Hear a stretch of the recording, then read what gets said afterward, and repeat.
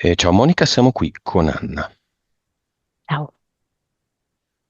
5, 4, 3, 2, 1. Lo schermo che propone Anna è come se si dividesse a metà, con due immagini che hanno un sapore completamente opposto. In una ci sono proprio delle immagini di guerra dove ci sono proprio gli uomini in primo piano, e c'è tanto fumo. Nell'altra invece è tutto un altro sapore, perché è come se ci fosse una specie di fatina rosa con il cappello a punta, con la bacchetta magica che termina con una stella. Anna, come si presenta a te? La vedi? Lei è come se fosse al centro dello schermo, quindi come se una parte di lei fosse in questa immagine e l'altra parte nell'altra immagine, che è quella un po' più romantica, più sognatrice. Ti dà l'autorizzazione? Sì, certo. Come definisce la parte eterica di Anna questa giornata di oggi? Una pizza, cioè non la pizza, una noia o la pizza da mangiare, ok? Ma la pizza cinematografica, proprio inteso come la pellicola di un film che va vista tutta quanta. Ce l'hai in mano? Sì, lei in questo momento sembra proprio essere lì pronta, a sistemare, la pizza, quindi tutta la pellicola del suo film, nell'apparecchio, insomma, per poterla proiettare. L'operatrice del cinema, insomma, di Sì. una volta o anche di oggi, perché alla fine. Nome del progetto di Anna. Allora, a me viene Gioie e dolori. È questo proprio il titolo che lei vuol dare, al film della sua vita. Però, se devo essere sincera, Dolori è scritto in caratteri più grandi rispetto a Gioie. Perché quelli che ha vissuto come dolori sono stati molto profondi e molto segnanti. Nome della sua anima. Al momento mi viene salvezza. Nome del suo spirito. Per il momento, ripeto, perché sento che sono nomi transitori, mi viene il ricordo. Vibrazione di Anna. 6 miliardi. Mm. Consapevolezza. 165. Anima. 44. Vite. 1988. Cervello. 10,2,3. Suscettibilità ipnotica. 48. 3D. E 70. Vivacità animica. 100. Allora, tranne la 3D, che però vabbè ci sta, gli altri sono ottimi numeri, valori. Ottimi, ottimi, ottimi. Entità eteriche. Allora, come rettile c'è un dinosauro che ha il ventre molto prominente. Ed è come se le volesse, da un lato, a volte portare proprio dei ricordi spiacevoli e dall'altro le volesse, creare, preoccupazioni per il futuro. Ma perché Poi ha il c'è, ventre prominente? perché c'ha questo ventre, E gravido di qualcosa? gonfio. Mm, allora, penso che abbia un po' anche ripreso tutta la sua questione di salute legata all'alimentazione, legata all'intestino, dove lei è molto sensibile Mm. e quindi ha voluto proprio mettere in evidenza questa parte. Mm. Poi c'è un leone che vuole a tutti i costi demoralizzarla, prova proprio a crearle un senso di sconforto, um, mostrando che lui è molto più forte di lei e lei alla fine non è poi così forte. E poi c'è il ragno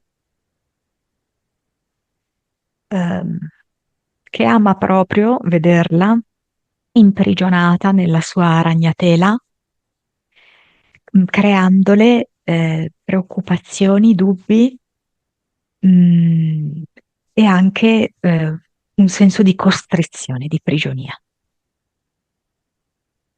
Come è fatto questo ragno? Forma, Mm, colore, sesso? è peloso, nero,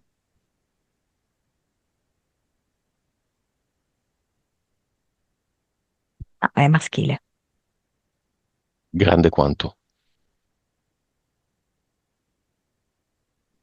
Um, Mi dice che è tipo delle dimensioni di quelle che potresti trovare mm, in Sudafrica. Ah, eh, bella bestia. Una mano. Eh, Ci sono EDL,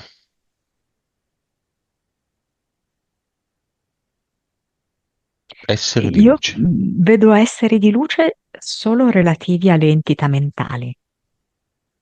Vediamole. Allora, mm, aspettami.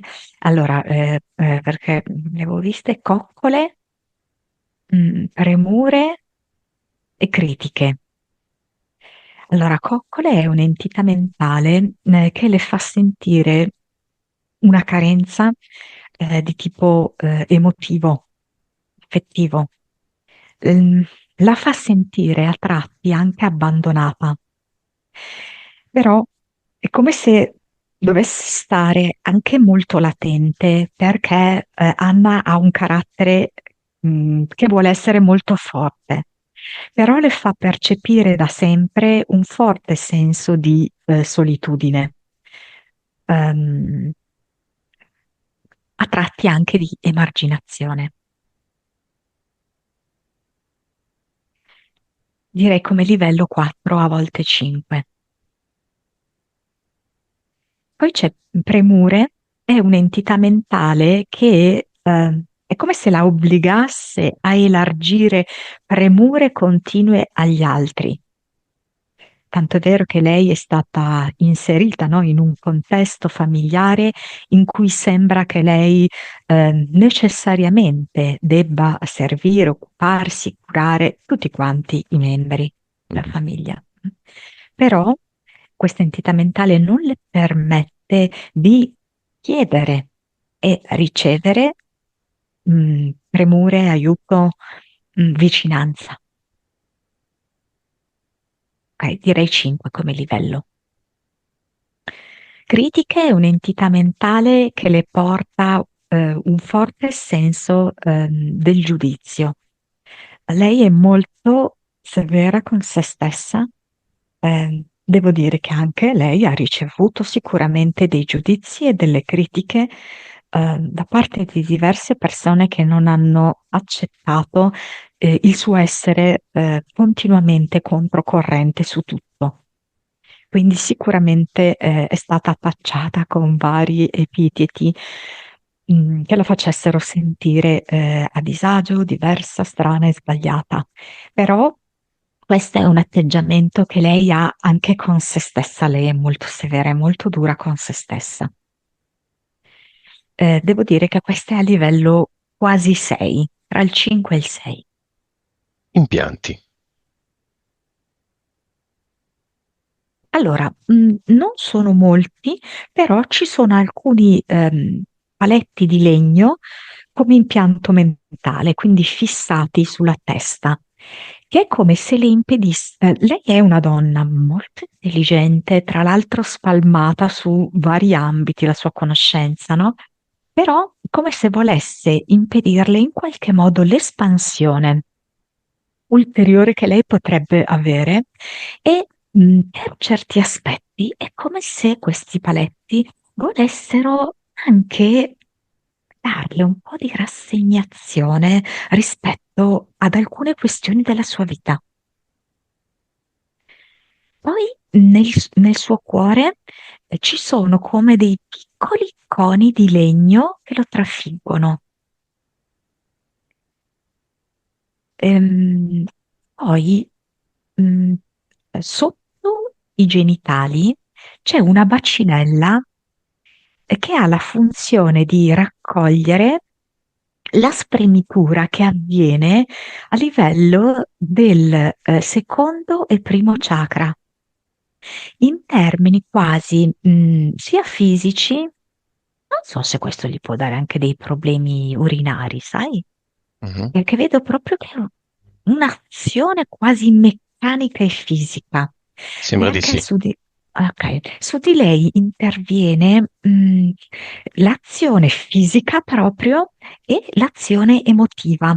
Quindi c'è proprio questa spremitura mh, sui due versanti.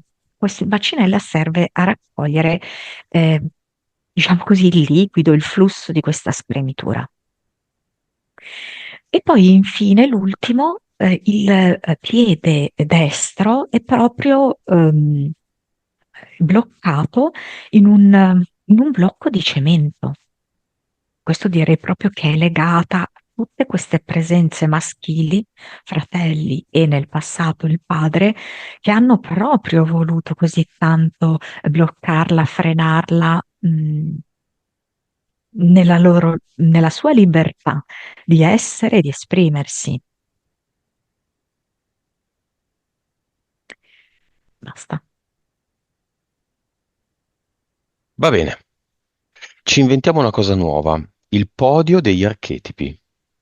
Il podio, primo, secondo, terzo.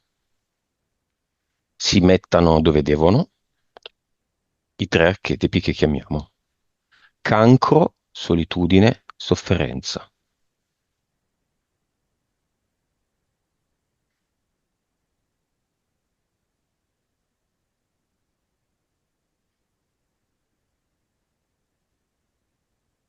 Mm. Allora, aspetta un attimo, perché Dimmi. non lo so, mi sento un po' confusa perché è come se lei mi portasse verso la mitologia greca. Mm, Però scusami, non sto seguendo la tua domanda, mm. mi sto rendendo conto di questo. Non fa niente, allora andiamo sulla mitologia greca, tranquilla. Aspetta un attimo, eh. Cioè, non lo so, allora, ehm, Anna è una donna veramente di grande piglio, perché quando tu hai proposto questi archetipi è come se lei un po' li avesse rifiutati, Ok, ed è come se invece mi avesse portato alla vera verità. va bene. Cioè, siccome lei è stata, diciamo così, oggettivamente vittima, no, dello strapotere maschile, Eh, mi fa vedere come nelle origini che ci vengono nascoste, che poi sono anche le origini del nostro gioco, mm. abbiamo detto tante volte, noi alla fine giochiamo un gioco che è disegnato nel cielo. Nel cielo ci sono tutte le costellazioni e le costellazioni fondamentalmente raccontano tutta la mitologia. Il mito, certo. Però, certo, solo che alcune parti devono essere tenute nascoste perché questo gioco qui deve continuare all'insegna appunto del dolore, della sofferenza Mm. e del ribaltamento dei valori. Però una cosa che lei mi fa vedere è come è iniziato. Cioè, questo gioco qua, no, a livello mitologico, vede come prima in assoluto Gea, quindi la presenza femminile della terra, e mi fa vedere che all'opposto di quello che racconta che ne so, per esempio, la tradizione cattolica, Urano, che è il suo compagno, è stato generato da Gea. certo. Quindi mi vuole proprio proporre, perché sicuramente lei ha fatto tantissimo lavoro su se stessa, mi vuole proprio proporre la verità. Cioè, invece noi viviamo vittime del mito di Adamo ed Eva, dove Eva è la costola di Adamo. Certo. Allora lei mi ha voluto far vedere questo sprazzo di luce. Solo che cosa succede? Che è come se mm, la sua anima percepisse questa verità. Però poi lei qui nel gioco è venuta proprio a seguire precisamente i dettami, chiamiamoli così, maschilisti. Ok, chiamiamo allora nel cinema Gea, insieme ai due fratelli. L'ex marito è vivo? L'ex marito?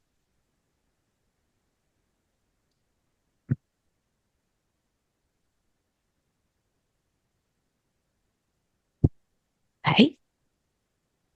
Come vengono i due fratelli? Il più grande. Allora,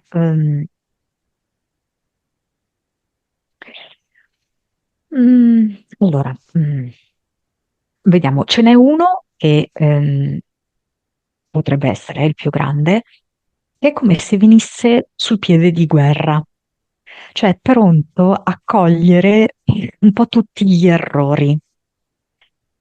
Cioè è l'esatto opposto di questa visione che abbiamo appena data, ok? Perché lui è proprio all'interno del codice, chiamiamo questo, usiamo questo termine, che è proprio all'interno del codice della Matrix e rispetta il codice.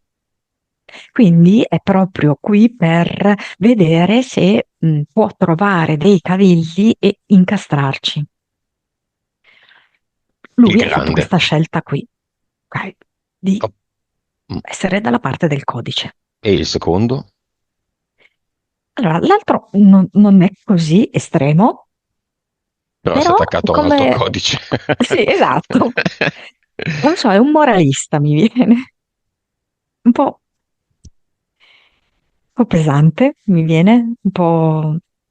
ehm, cioè, allora, molto il senso della famiglia, intesa in maniera rigida e pesante, molto strutturata. Sì, è un altro tipo di codice, giustamente, come hai detto tu. È sempre parte fortemente della Matrix. L'ex marito viene? Viene con uno yo-yo. Probabilmente lui ha questo aspetto un po' anche fanciullesco in sé. Eh, mm, a me piace lui come si propone. Cioè lo vedo bene dentro al cinema. Come vedi Gea?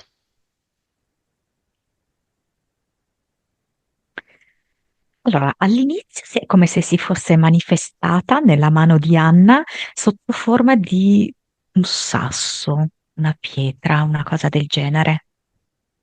Poi però in realtà è come se la vedessi diffusa, uff, cosa ti posso dire, a creare una specie di globo, non so, non capisco, sì,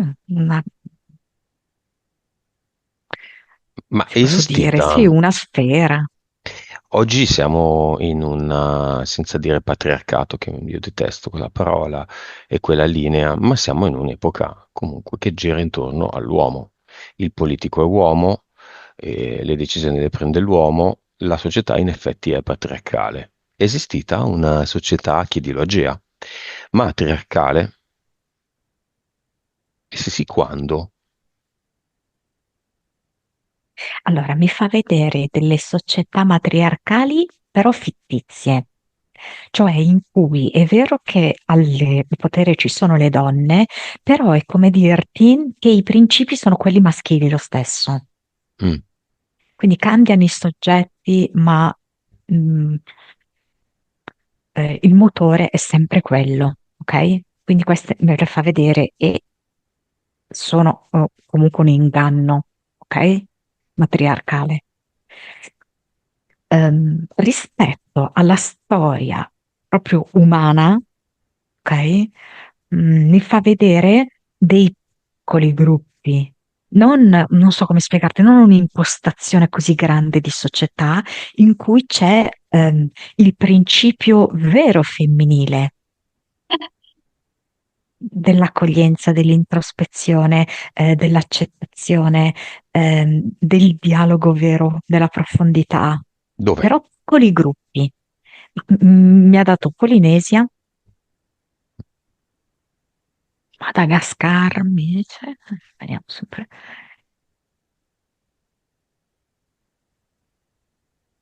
Mhm.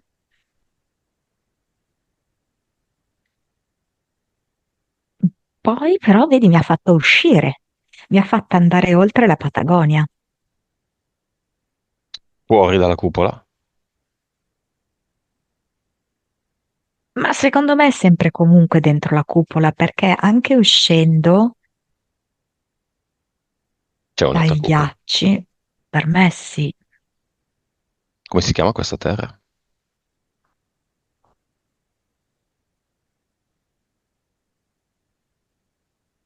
vedo solo tre lettere, V, una T e una K. Va bene.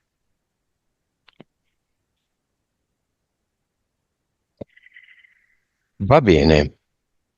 E se ti chiedo di chiamare l'archetipo del tumore, che succede? Si spalancano le porte del secondo universo. Vedo arrivare diversi demoni con degli aspetti quasi informi, mm, dei gibboni Mhm. Due neri, teste. Mhm. sì, mostruosi proprio, Le chiamiamo tutti nel loro cinema dei demoni. purulenti. Mhm. Il capo chi è? Non so, mi chiama Coleman.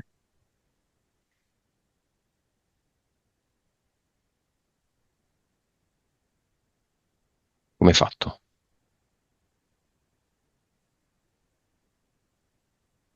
Allora, inizialmente è come se si fosse presentato come una pasta fumante verde, però poi si è materializzata sotto forma di sembra un colonnello, una cosa del genere, perché è in posizione proprio di saluto militare. Bene. Anna davanti al cinema dei demoni. Chiediamo ad Anna la causa esoterica, o chiedo a te, anzi, la causa esoterica del tumore. Del suo proprio. Sì, sì.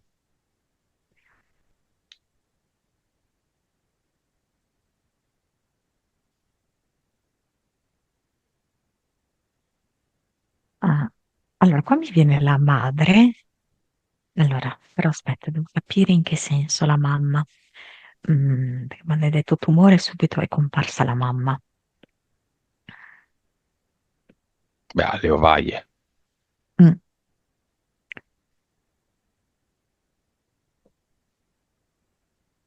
mm, lei non è stata mamma, giusto? No, Mm. neanche con aborti, no, no. Mi viene proprio come... Allora, contiamo che siamo all'interno di un gioco che è crudele, che è ribaltato, ok? Mhm. Partiamo da questo presupposto, no? Come se ci fosse una sorta di punizione per non essere stata una madre.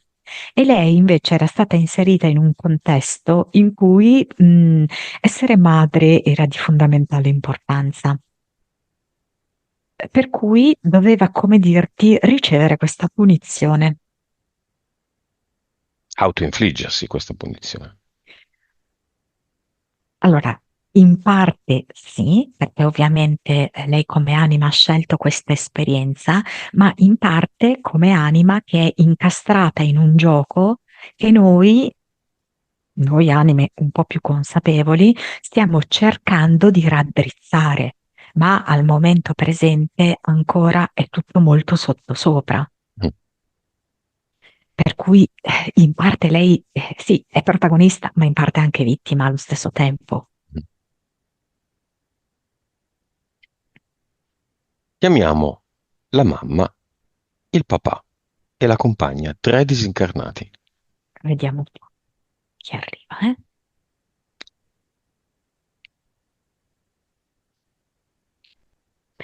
Allora, c'è qualcuno che ha una ferita sull'addome? Però questo mi deve aiutare lei, mi deve aiutare Anna. Sì, chi? Papà? No, mamma. Ok, No, la compagna, la compagna. Benissimo. giusto? Sì. E mi fa vedere proprio una cicatrice. Ehm,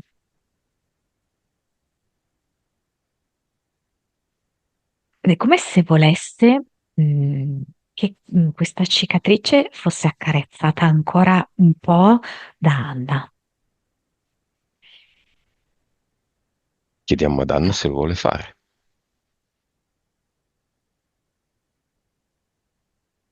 Sì, c'è anche una rosa gialla. Ah,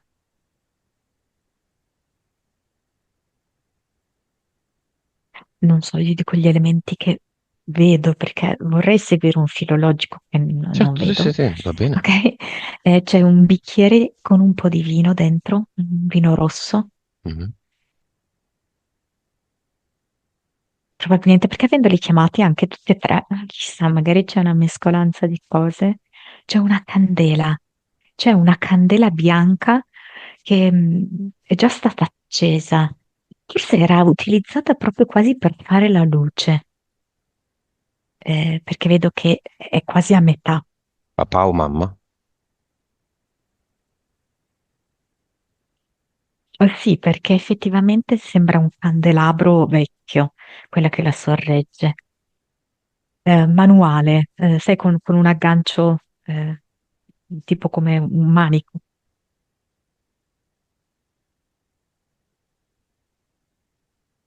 C'è una chiesa anche. Evidentemente ci sono state comunque delle celebrazioni in chiesa. No.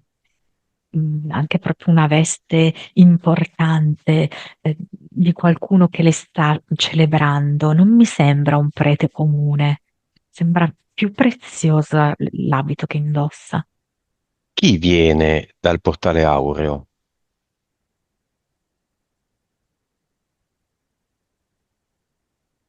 Sicuramente la sua compagna, come se mi proponesse non so se è un ricamo, un centrino, una cosa del genere. Qualcosa in mano, sì. Lo vuole dare ad Anna. Sì, Prego. è come se le dicesse, in fin dei conti è questa la ragnatela. E le dà questa specie di centrino che sì, insomma, non può sembrare una ragnatela. Ma è bello. È molto bello.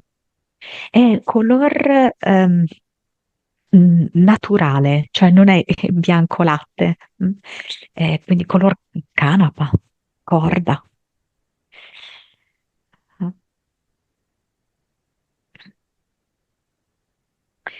Mm, È come Cosa se si mi dicono? parlasse di labbra con sopra il miele, ehm, e petali di rosa.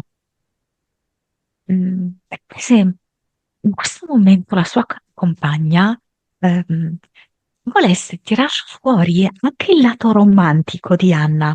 Mm. Anna che è sempre un po' magari ruvida, per certi aspetti anche mm, dura. Ah, e dice, la fatina dell'inizio sono io. Ti porto rosa nella vita,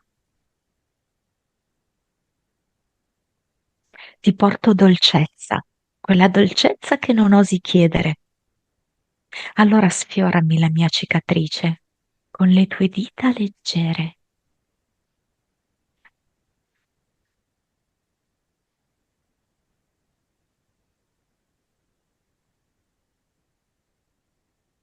Sappi che il legame nostro è inesauribile, inestinguibile.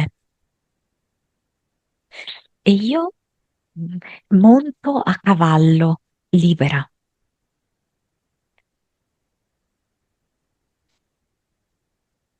Lo Vedo faceva nei davvero sogni Anna? Lo faceva davvero? Di fatto sì. mi fa vedere che forse le arrivano dei sogni, delle scene in cui la compagna conduce il cavallo e vedo Anna dietro. Ma mi fa specie perché magari io non me la vedrei così, Anna, come se fosse, sai, in una posizione romantica in cui non ha le due gambe per cavalcare, sai, dai lati opposti, no, Ma del tutte e due da cavallo. un lato. Quindi è tutta con un bell'abito voluminoso, le maniche a sbuffo, No, quello l'ombrellino. no, No, quello no. quello no, perché la vedo in jeans e ha una t-shirt, una polo forse azzurra. Eh, Però come se le volesse mettere dei fiori in testa, la sua compagna, la nanna.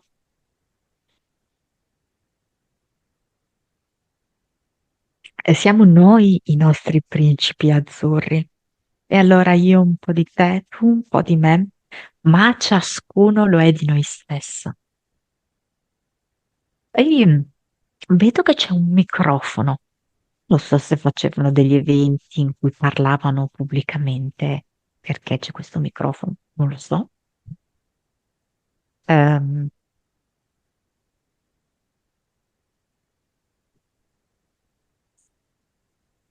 o come se Anna dovesse dire delle cose pubblicamente in pubblico, cioè come se, sai, come se Anna avesse delle cose da portare che la gente sarebbe molto interessata ad ascoltare, che mi sembra un invito. Questo lo dice la compagna.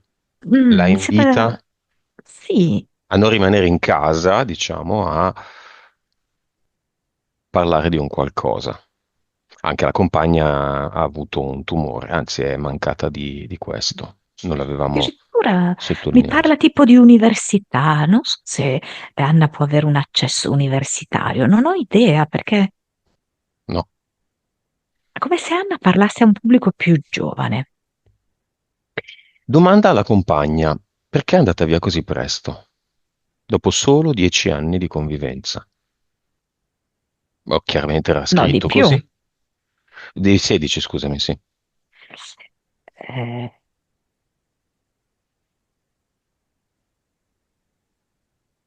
avevamo creato questo filo d'oro, mi fa vedere, quindi un capo lo tiene Anna, un capo lo tiene la sua compagna,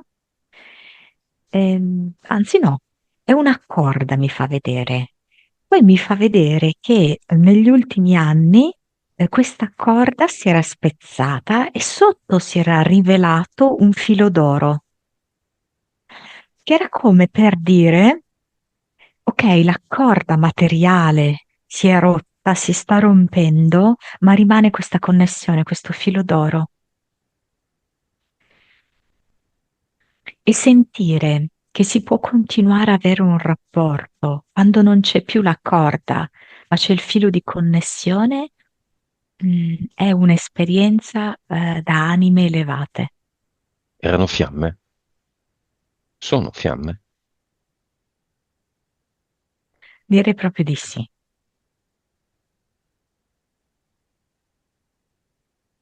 Questo filo d'oro Anna lo percepisce in qualche modo nei sogni, per esempio?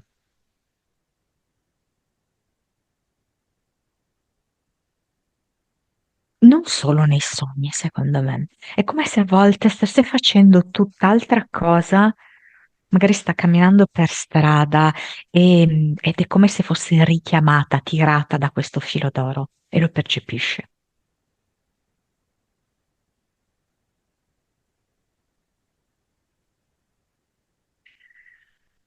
Dove vanno col cavallo? Mi fa vedere un bosco, c'è un albero di mele e raccolgono queste mele rosse. Dal cavallo? Stando sul cavallo? Sono tutte e due sul cavallo, capito bene? O c'è una Sì, carrozza, no? sì, Tutte e sì, due sì. sul No, cavallo. no, No, no, ok. libertà proprio, ecco, una Raccolgono le carrozza. mele dal cavallo, che è più Sì, alto, sì, no, della persona.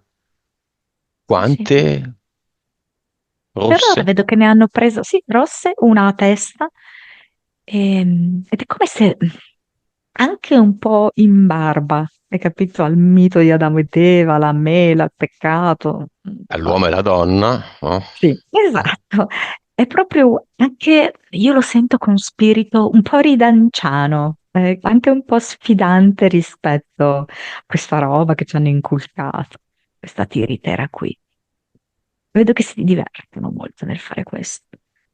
Bene, insieme mentre si mangiano la mela o le mele e mentre le raccolgono, di fronte hanno uno schermo e vedono in rapida sequenza tutte le vite che hanno vissuto insieme.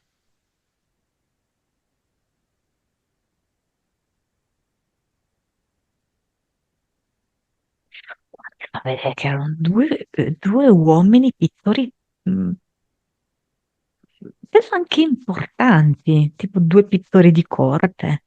Mhm. Sempre in relazione. In relazione, può darsi, sai, molto segreta. Poi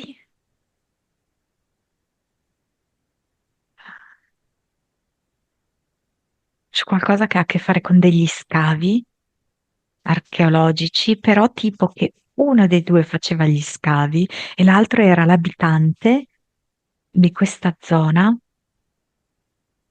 È Uomini. come se l'abitante mi sembra una donna, chi scavava, archeologo, diciamo, un uomo, ed è come se l'abitante donna chiedesse rispetto per la zona, che era insomma, no, il suo paese, e sì, e l'archeologo lo accordava, capiva, cioè ehm, si responsabilizzava, riusciva a capire un punto di vista che prima non aveva considerato. Eh, Va bene, mentre Anna e la compagna vedono ancora questi film, chiamiamo di nuovo alla nostra attenzione la mamma di Anna. Anna, vediamo, eh. Ecco perché qua mi arriva la classica foto sbiadita in bianco e nero, quasi seppiata, perché effettivamente è mancata proprio da tanti anni. E si presenta con un ciuccio. Mm, come se dicesse, ma mm, quasi non si è mai potuta sentire veramente bambina, Anna.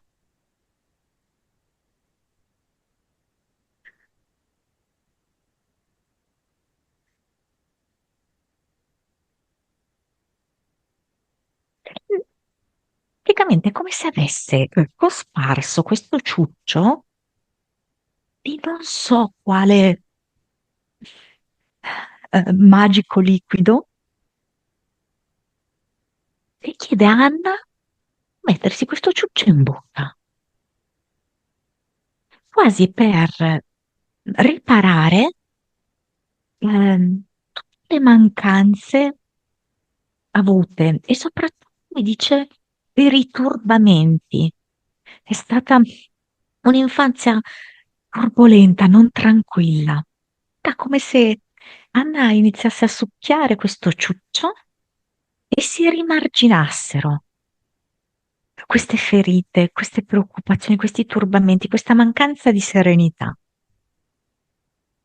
La violenza subita. Mm. a causa forse della negligenza della madre.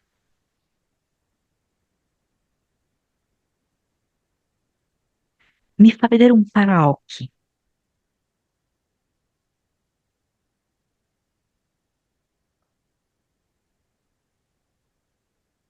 come se certe cose dovessero essere oltrepassate.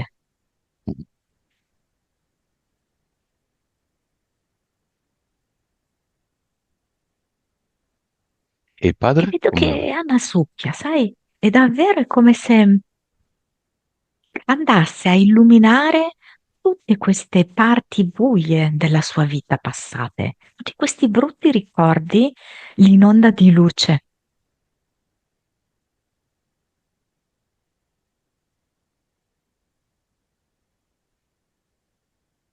Il padre cosa Guarda, è fa? come se venisse con un bastoncino in bocca, sta sfilacciando questo. Di liquirizia, no? Poi potrebbe essere cosa che mastica in bocca, non capisco. Ma mi sembra come legno, mi sento come il legno in bocca. No, però. mm. Messaggio del padre ad Anna e poi lo invitiamo ad andare nel portale aureo.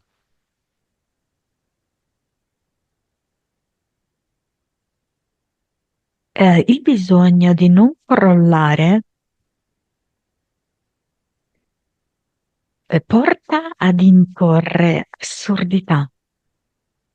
E io ho tenuto il pugno chiuso di ferro e picchiavo sul tavolo, alzavo la voce e volevo silenzio e nessuno che fiatasse.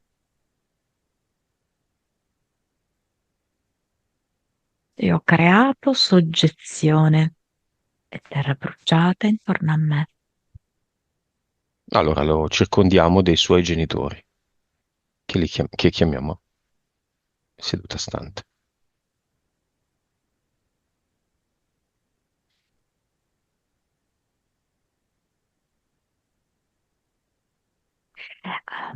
Allora, i genitori del papà di Anna li vedo proprio come delle fiaccolette, delle nuvolette un po' svolazzanti, che hanno già fatto, diciamo così, un percorso di liberazione, di alleggerimento. Sono reincarnati? Per me non esiste la reincarnazione, nel senso che tanto tutte le vite sono Mm, contemporanee, mm, mm, cioè mm, non mm, c'è una successione, cioè sono almeno questa. d'accordo. Sì. ehm, quindi Quindi non è una domanda. ehm, faccio fatica. Sì, sì, è così, è così. Ed è tanta roba questa, eh? Non la sostiene nessuno. Sono i genitori del padre di Anna già nel portale aureo, di fatto. I genitori del padre sì, sì. E della madre? I genitori della madre anche, ma anche la madre, sai? Mm. Allora, salutiamo tutti quelli che sono venuti dal portale aureo, quindi tutti di fatto, escluso il padre, che invitiamo ad andare nel portale aureo. Perché lui non lo era, infatti. Immagine finale della compagna.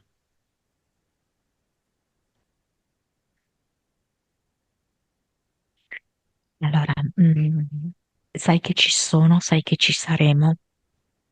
Ora, valorizza quello che c'è lì, per cui ancora vale la tua gioia terrena.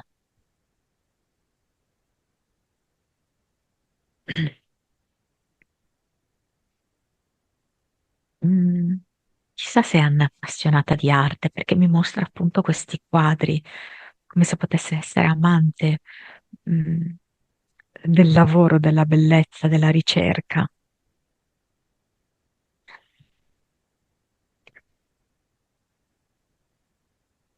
Eh, Poi mi fa vedere delle piante grasse. La vedi in un museo?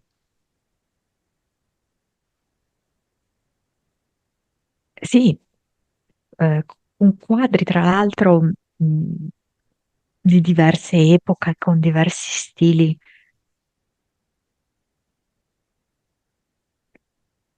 Mm.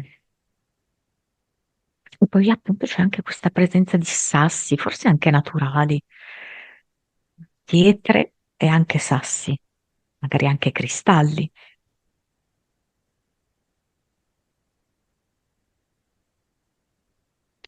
Va bene, salutiamo tutti, chiudiamo il portale aureo.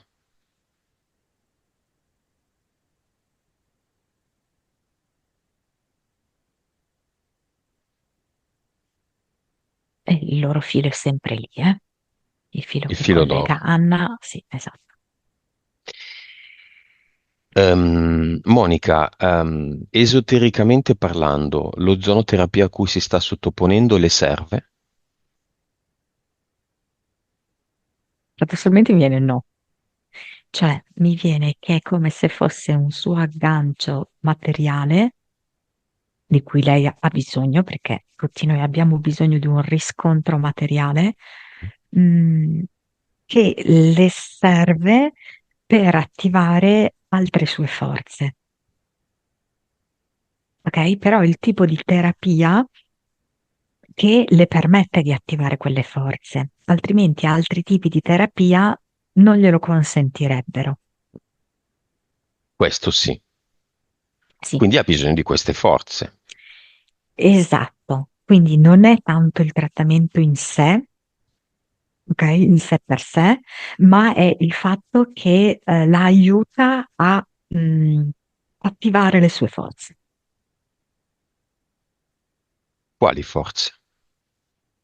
Sono delle forze spirituali molto potenti, Nanna. Lei teme il suo ego. Sì, il suo ego che poi è proprio la sua mente.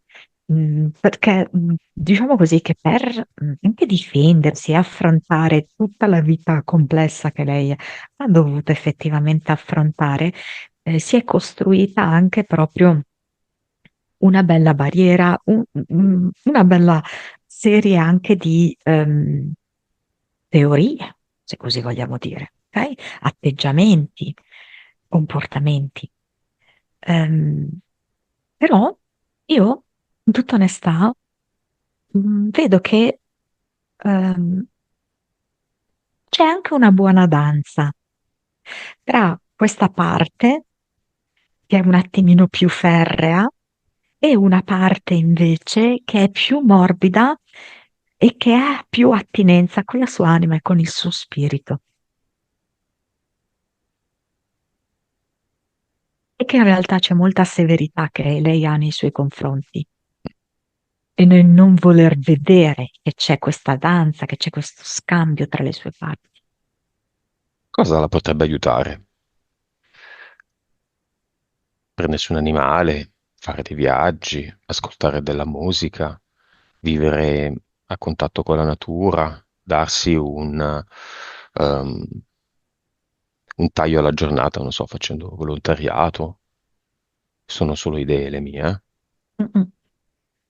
Allora, intanto mi fa vedere questa pianta di oleandro bianco ed è come se le facesse sentire che lei è un fiore. Probabilmente i fiori le fanno sentire questo suo aspetto che lei ha, che è di maggior morbidezza, di maggior femminilità, mm, di emozione, data anche dal profumo, dalla leggerezza, dal toccare proprio questi fiori.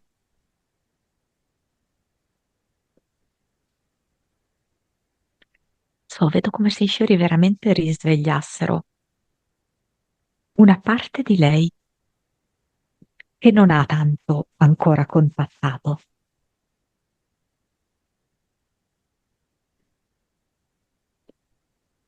Esiste una sua vita parallela in cui questa parte è predominante.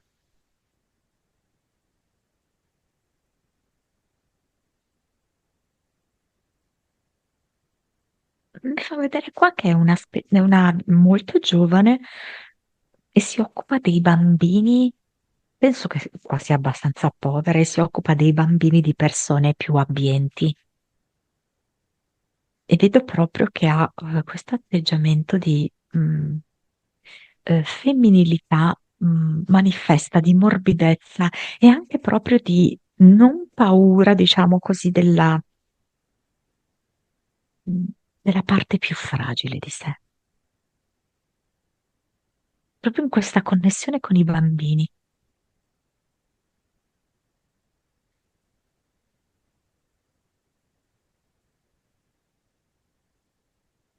Va bene.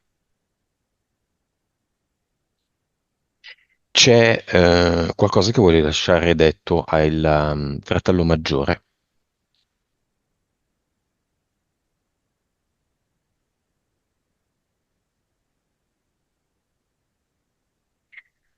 Ma è come detta a entrambi i fratelli, eh? Mhm. Sempre di più scelgo di essere me stessa, ma comprendo che posso arrivare a degli apparenti compromessi che non compromettono la mia integrità. La mia integrità. Sì,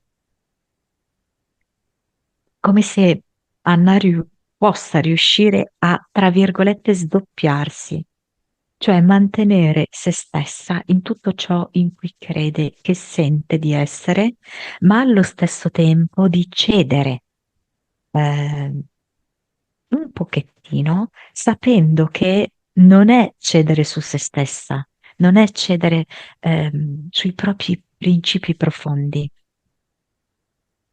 è solo per andare incontro a chi è ancora molto prigioniero di questo gioco.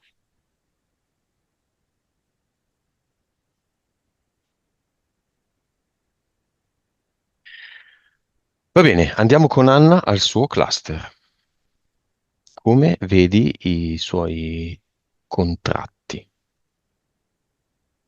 È molto classico perché lo vedo proprio fatto di libri, di tanti libri belli con il bordo dorato, che è anche difficile violare proprio per la loro bellezza e solennità, con le rilegatura preziosa. Ehm, Anna sente di voler vivere con lievità, sente di aver caricato molto, di aver appesantito molto la sua vita con questi contratti e ora sceglie veramente di essere lieve, sceglie di bruciarli.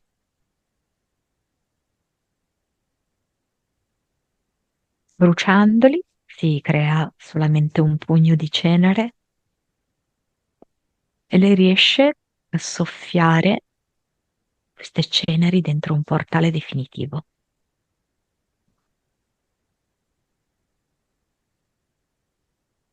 Avatar. Come un medico che fa delle prescrizioni, comunque insomma, no? Una figura di autorità che dice ciò che è giusto fare, ciò che è giusto fare, ciò che va fatto adesso, ciò che va fatto dopo. E Anna che fa? Sbuffa, è seccata da questo insieme di regole, di dettami. Mhm. Le do un suggerimento. C'è una nuova vita qui sulla Terra che la aspetta e che preme e ogni secondo rubato ancora da questo avatar la ritarda dall'iniziarla, questa nuova vita. Tutto questo è vecchio, tutto questo è, è stato quello che è stato, non è mai troppo tardi. C'è un azzeramento in corso di tutto quello che è stato e un redesign, riscrittura totale, completa, profonda di ogni cosa. Non è un problema di ego, non è un problema di scarsa connessione con la propria anima, che peraltro non c'è in questo caso. È solo una questione di consapevolezza che ora c'è e di forte intento che lei può esprimere in qualunque momento, da adesso in poi, da quando elimina l'avatar che lei stessa ha creato in poi. Io le chiedo, è sicura? Vuole farlo? L'avatar è l'ultimo ostacolo. Lei, guarda, ha già alzato la gamba destra in maniera molto agile per sferrare un calcio. Lei è già lì pronta. E quindi questo calcio adesso lo dà, sembra quasi una mossa di Kung Fu per dirti, no? Con questa sforbiciata che fa con le gambe. Salto in alto? No. Facevi salto in alto? Facevi corsa? Corsa, ok. A ostacoli anche? Ah, ecco perché Anche a la ostacoli. sforbiciata, ecco perché la Ah. sforbiciata. E quindi niente, dà assolutamente questo calcio a tutto, all'avatar, al suo computer, alla sua stanza. Crolla tutto. Scompare il dinosauro incinto, il leone, il ragno che faceva tanto paura, africano. Coccole, premure critiche, tutti gli impianti. I counter dei valori cambiano. La vibrazione da 6 passa, come nei tabelloni di una volta degli aeroporti. Ne vedo 600 La consapevolezza passa da 165, a 203, l'anima da 44, 58, le vite da quasi 2000, 1721. le vite vissute con la compagna esistono ancora, Certamente sì, cervello da 10,3, a 10,8, suscettibilità ipnotica da 48, 6,7. il valore più alto e meno bello, l'unico, la 3D, ed era tanto nella 3D, abbastanza, non tanto, 70. 36. Come vedi Anna, gioie e dolori esistono ancora? Esiste ancora come progetto? Viene amori, perché è come se in questa fase della sua vita lei scegliesse di dedicarsi a quelli che sono i suoi amori, quelle che sono le sue passioni, quelle che la fa sentire viva. Il nome provvisorio della PS, Salvezza, Anemone. il nome provvisorio della PE, Ricordo, Mi viene fredda, amico. Friend. Mm. Messaggio dell'amico, l'anima, scusa, lo spirito, la parte eterica di Anna ad Anna.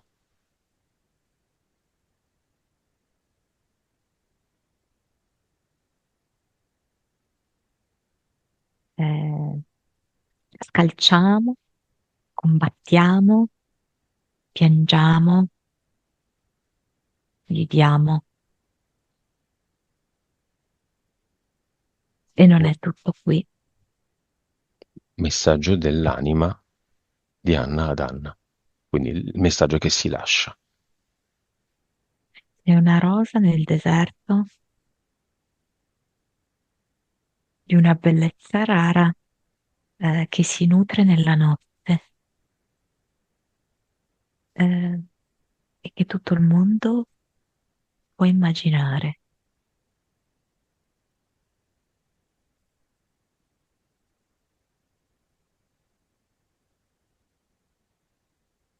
Non so se vuole viaggiare, perché adesso la vedo proprio in luoghi fisici, no? Di deserto, poi che attraversa anche, non so, sembra tipo la Francia. Crei un ad eternum nel suo corpo emozionale. Dimmi dove lo mette. Sì, sì, in zona, diciamo così, addome, basso addome. Nel suo corpo fisico, Stessa cosa. nel suo corpo mentale, Sceglie proprio di piazzarlo tra la parte alta del petto che riguarda la gola e la testa. nel corpo eterico,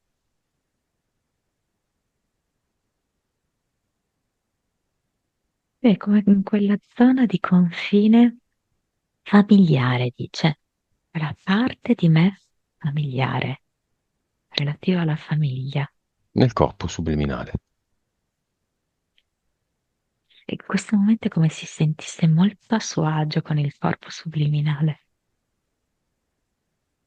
Quando hai detto corpo subliminale ho sentito proprio un'espansione.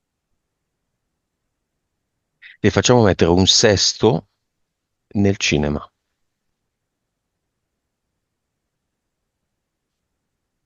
Mm. In particolar modo come se si volesse rivolgere questo alla nipote.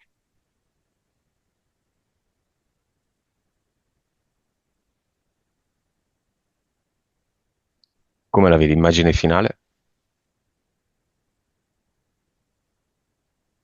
Vedo che sta facendo mulinare le sue braccia, le ruota vorticosamente, come se fosse una danza, come se fosse anche proprio una generazione di energia.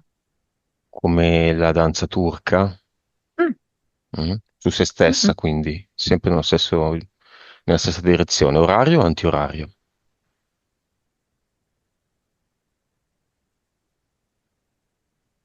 Orario. Ma la danza turca o Wonder Woman? Forse Wonder Woman, sai? Perfetto. Su Wonder Woman abbiamo finito. Ti sei divertita, Monica? Io molto. Sì, sì. Alla prossima.